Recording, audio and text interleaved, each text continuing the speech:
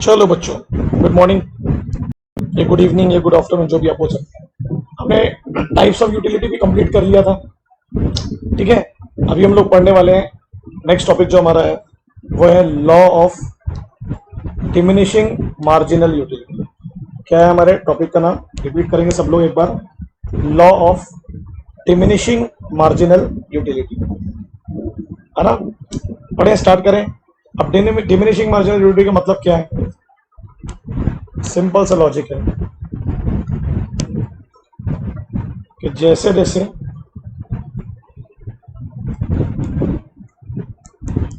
Units of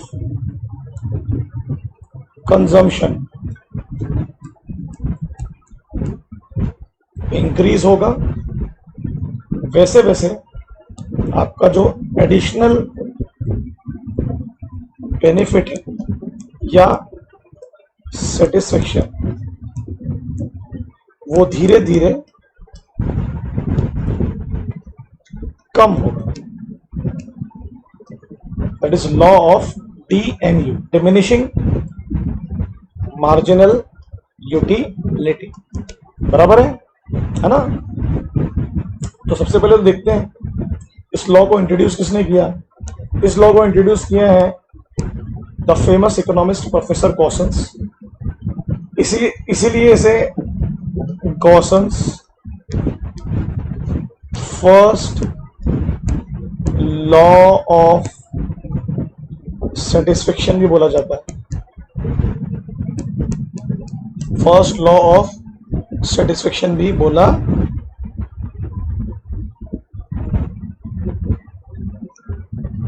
जाता है। ठीक है, बट इसको पॉपुलर किसने किया? Alfred Marshall, principles of economics में, अपनी फेमस बुक पब्लिश करके अपने प्रिंसिपल्स के साथ। कब पब्लिश किया? 1890। बराबर है, सही है ना? अब देखिए, बड़े शब्दों को ध्यान दीजिए। ये जो लॉ है यूनिवर्सल कैरेक्टर है, मतलब यूनिवर्सली एक्सेप्टेबल है। दुनिया ने इस लॉ को जैसा था वैसे एक्सेप्ट कर लिया। ठीक है ना? It is based on the principle the more you have it, है ना? The more you have it less we desire to more of it. जो चीज आपके पास ज्यादा आ रही है, जैसे जैसे आ रही है उसको पाने की इच्छा धीरे धीरे कम होती जा रही है। इसका एक स्टेटमेंट भी है। क्या है statement? Other factors remaining constant, we all know, ceteris paribus, the additional benefit यानी कि MU किसको मिल रहा है? कंज्यूमर को मिल रहा है कि नहीं मिल रहा? Which a person derive from a given increase in his stock of a thing. अब या तो चीजों को खरीदने से मिल रहा है या चीजों को कंज्यूम करने से मिल रहा है। बट इतना तो कंफर्म है कि ये कंजम्पशन लॉ है, मतलब जो कंज्यूम करने वाली चीजें उस पर बेस्ड है। तो जैसे जैसे आप चीजों को कंज्यूम कर रहे हो या खरीद रहे हो कंटिन्यू, यहां ऐसा लिखो MU। तो जैसे जैसे आप कंज्यूम कर रहे हो खरीद रहे हो, MU डिमिनिश, है ना? In every stock in the thing, increase in the stock that he already has या ऑलरेडी कंज्यूम। जैसे जैसे आप कंज्यूम या कंजम्पशन करते जा रहे हैं वैसे वैसे आपका MU क्या होते जा रहा है? Diminish. What is additional benefit? क्या बोलेंगे अपन? मैंने याद है पराठे वाला एग्जांपल दिया था कि जो आपका मार्जिनल यूटिलिटी है जो कंज्यूमर को मिला, हर दूसरी यूनिट से, कमोडिटी की हर दूसरी यूनिट से धीरे धीरे क्या होते जाएगा? बोलो, डिमिनिश। क्या होते जाएगा? Diminish. More of a thing you have, less you want to have it. But इसकी कुछ शर्त है, जो चीज ज्यादा है उसको पाने की इच्छा धीरे धीरे कम होती है। उसकी कुछ शर्तें हैं, वो शर्तें हमको समझना बहुत ज्यादा जरूरी है। अगर आपको लॉ ऑफ DMU को यूनिवर्सली प्रूफ करना है, आप चाहते हैं कि जो आपने बोला, क्या बोला कि आपका कंजम्पशन धीरे धीरे आपके MU को कम कर रहा है। किसका कंजम्पशन? कंज्यूमर का, है ना? अब देखिए उसकी कुछ शर्तें हैं। पहली शर्त कि जो कमोडिटी आप कंज्यूम कर रहे हैं, मैंने रोटी वाला एग्जांपल दिया था आप लोगों को, जो कमोडिटी आप कंज्यूम कर रहे हैं, ध्यान देना, बड़ा इंपॉर्टेंट है, वो सब यूनिट्स, यानी एक ही कम्युनिटी के डिफरेंट यूनिट्स होमोजीनियस होना, यानी एक जैसे। अगर मैं 3 रोटी खा रहा हूं या 3 पराठे खा रहा हूं, से all should be homogeneous, like same in shape, जो मैंने बनाया हूं डायग्राम में, साइज, क्वालिटी, टेस्ट, लॉजिक, समझ रहे हो। एक का भी शेप, साइज, क्वालिटी बिगड़ा तो मैं शायद दूसरी या तीसरी कंज्यूम करूंगा ही, और फिर लॉ एप्लीकेबल होगा नहीं। So it should be same in size, shape, quantity, quality. ये हुआ पहला। दूसरा, ये जो कंजम्पशन हो रहा है, इट शुड बी कंटिन्यूअस।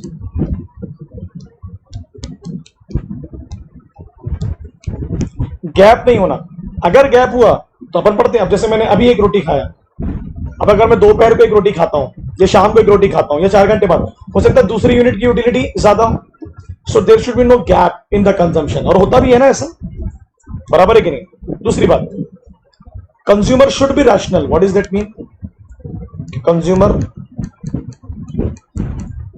हमेशा अपने सेटिस्फेक्शन को मैक्सिमाइज करने की कोशिश करें।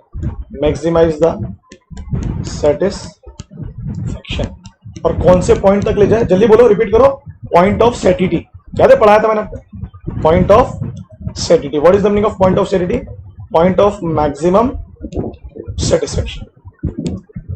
उसके लिए रैशनल होना बहुत जरूरी है ना, बराबर है। इरेशनल होगे तो वहां तक जाओगे नहीं, या फिर आगे चले जाओगे जहां डिससेटिस्फेक्शन मिलता है।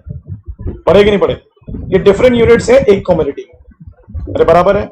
दूसरी बात, जब मैं आपके सामने रोटी बोलता हूं, जब मैं आपके सामने एप्पल बोलता हूं, जब मैं आपके सामने पराठा बोलता हूं, जब मैं आपके सामने ग्लास ऑफ वाटर बोलता हूं, तो मुझे बताइए, आप लोग जल्दी बताइए, आपके जहन में एक विजुअलाइजेशन होता है कि कैसा एप्पल दिखता है, ग्लास ऑफ वाटर कैसी होती है, आप समझो मैं क्या बोल रहा हूं आपको, पराठा कैसा होगा, ये विजुअलाइजेशन है। मतलब कितना बड़ा होगा, विजुअलाइज हो जाता है ना। तो व्हाट इज दैट मीन? कि जो चीज आप कंज्यूम कर रहे हो इस लॉ के हिसाब से, it should be reasonable in size.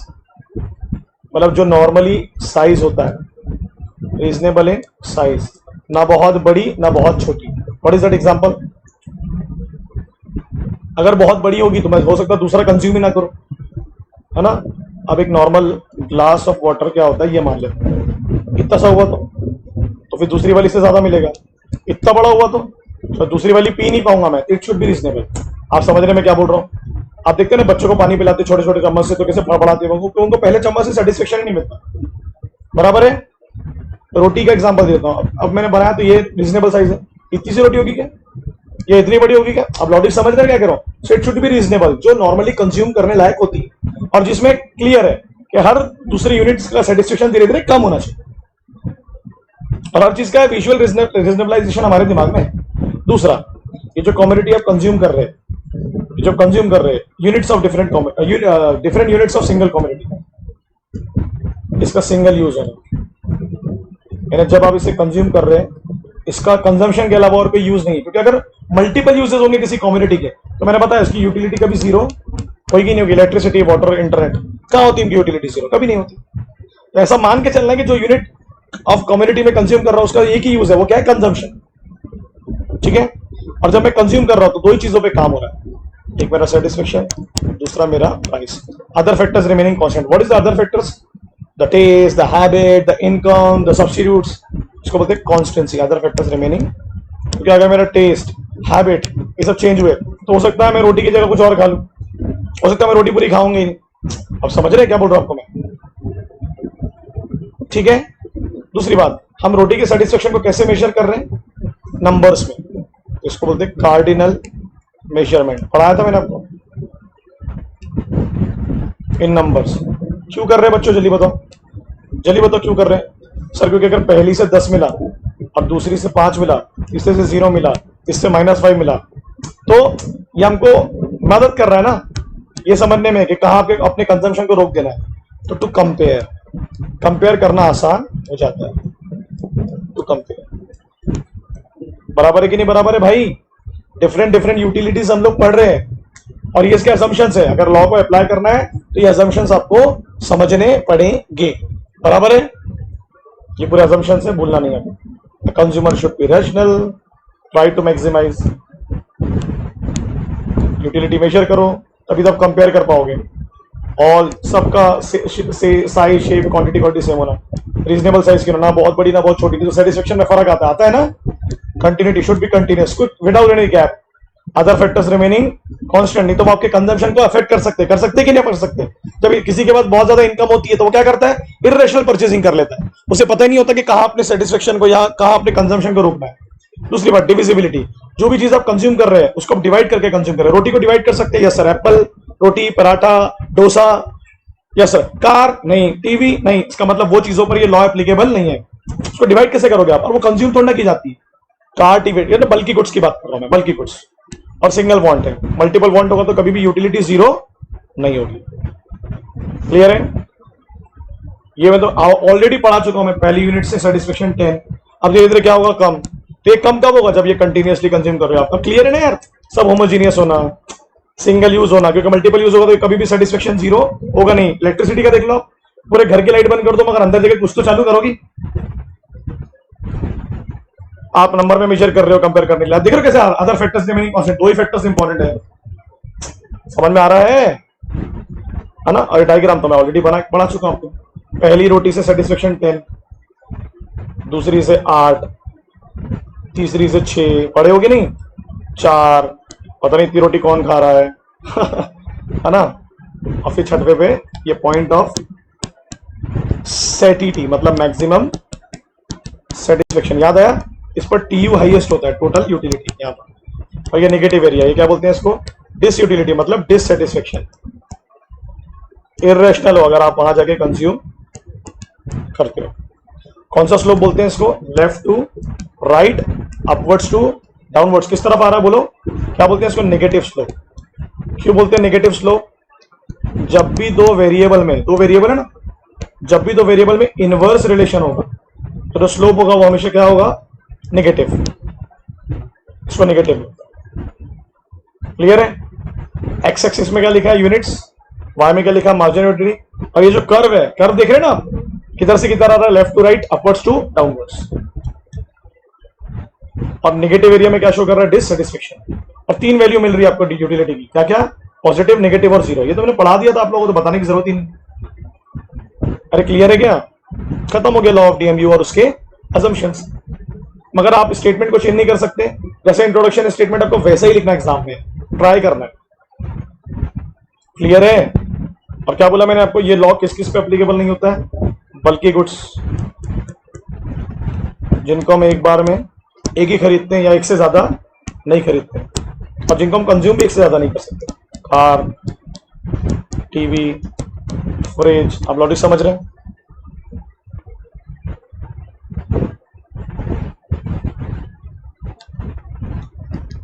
फिर क्या है, नॉर्मली हम अपने सेटिस्फेक्शन को मेजर नहीं करते, तो कार्डिनल मेजरमेंट भी एक लिमिटेशन है। नॉर्मली हम उसको फील करते हैं, और यहाँ हम मेजर क्यों कर रहे हैं, कंपेयर करने के लिए। नॉर्मली हम फील करते हैं ना, हाई, लो, गुड, बैड, ये तो पढ़े थे। मेंटल स्टेट है हमारा, साइकोलॉजिकल कंसेप्ट। तो लिमिटेशंस भी है लॉ की, बहुत सारी कमियां हैं बट अच्छाइयां ज्यादा है। फिर लॉ क्या बोल रहा है, वैल्यू ऑफ मनी, मतलब MU, additional value of money, सबके लिए कांस्टेंट है। अगर ये लॉ को आपको एप्लीकेबल करना है सबके लिए, मतलब समझ रहे हो आप, रिच के लिए भी और पुअर के लिए भी। यार ये तो पॉसिबल नहीं है, क्योंकि रिच के लिए वैल्यू कम होती है मनी की, क्योंकि ज्यादा होता है, और पुअर के लिए ज्यादा होती है क्योंकि उसके पास मनी कम है। मगर लॉ क्या बोल रहा है, the value of remaining money और the value of spending money, खर्च करने वाला पैसा भी और बचने वाला पैसा भी सबके लिए समान है। क्यों है समान की चल रहा है वो, तभी तो लॉ एप्लीकेबल होगा। क्योंकि अगर आप गरीब अमीर के हिसाब से इस लॉ को देखोगे तो गरीब तो कभी ये तीसरी चौथी तक जाएगा ही नहीं, और अमीर तो इतना खरीद लेगा कि उसको पॉइंट ऑफ सेटिटी पता ही नहीं रहता, भर भर के ला लेते हैं ना घर में, बड़ा बड़ा खराब होता है। तो इसलिए अपन क्या मान रहे हैं, सबके लिए कांस्टेंट है। ओके,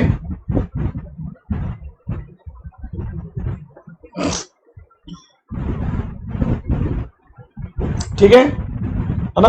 और ये जितनी भी assumptions है सब अनरियलिस्टिक है, जैसे कि सिंगल यूज, जैसे बहुत सारे गुड्स हैं मल्टीपल यूज होते हैं।